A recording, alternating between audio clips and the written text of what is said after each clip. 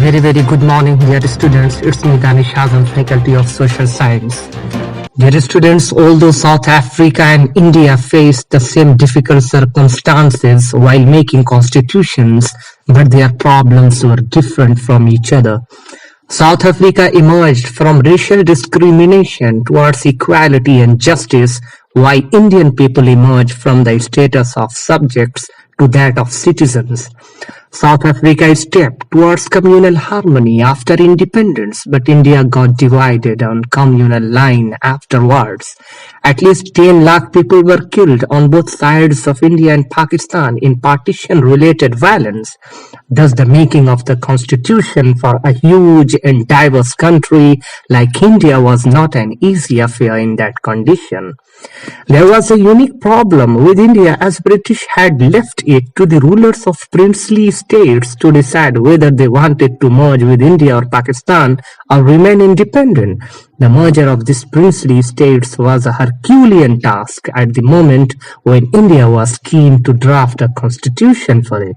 Despite all these difficulties, there was one big advantage for the makers of the Indian constitution. Unlike South Africa, they did not have to create a consensus and general will about what a democratic India should look like.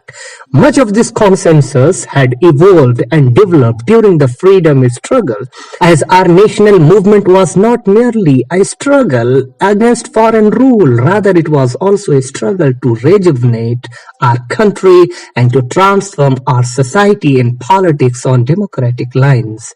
It is very interesting to know that Motilal Nehru and 8 other Congress leaders had drafted a constitution for India in 1928 itself. In 1930, the Karachi session of the Indian National Congress also passed a resolution in which our leaders explained how independent India's constitution should look like after independence.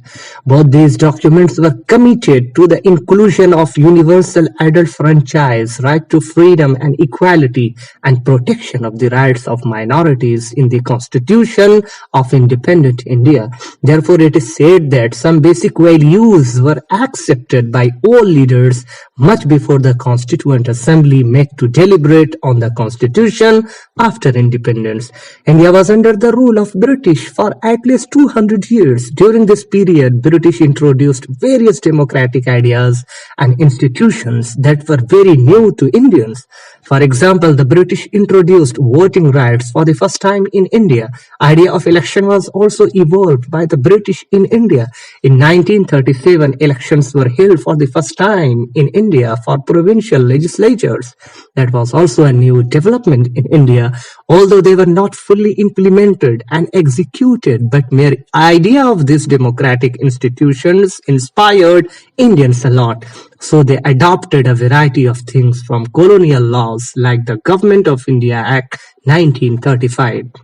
Our leaders were greatly inspired and influenced by the practice of parliamentary democracy of Britain and by the idea of French Revolution. The Bill of Rights of the US inspired them to determine fundamental rights, and the socialist revolution in Russia appealed many Indian leaders to think of shaping a system based on social and economic equality. Thank you. Bye for now.